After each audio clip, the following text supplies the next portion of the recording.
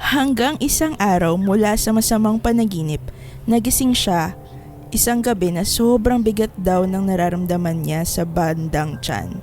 Pagdilat niya, nakita niyang nakaupo sa tiyan niya si Papa na nakasuot ng purong itim at nakatitig sa kanya habang nakangisi. Ano yung nakangisi? Nakangiti. Oo, sumagay. Oh no! Asa na yun? Sa sobra daw niyang takot, walang boses na lumabas sa bibig niya. Paglingat niya sa tabi niya,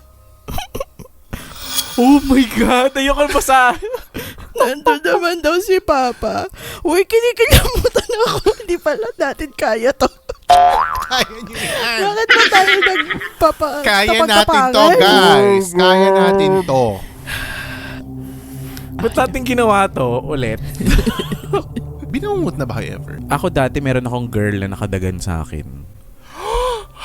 Yun ang totoong bangungot ni Mike. May Oo, girl na dumagan sa akin. Ew! Leave me alone. Go away. Kaya pala nakakatakot kasi babae yung nakapatong. Pero kung lalaki yung nakapatong na yun, Siguro hindi ano yun? Bangungot. Wet dream siguro yun. Wet dreams.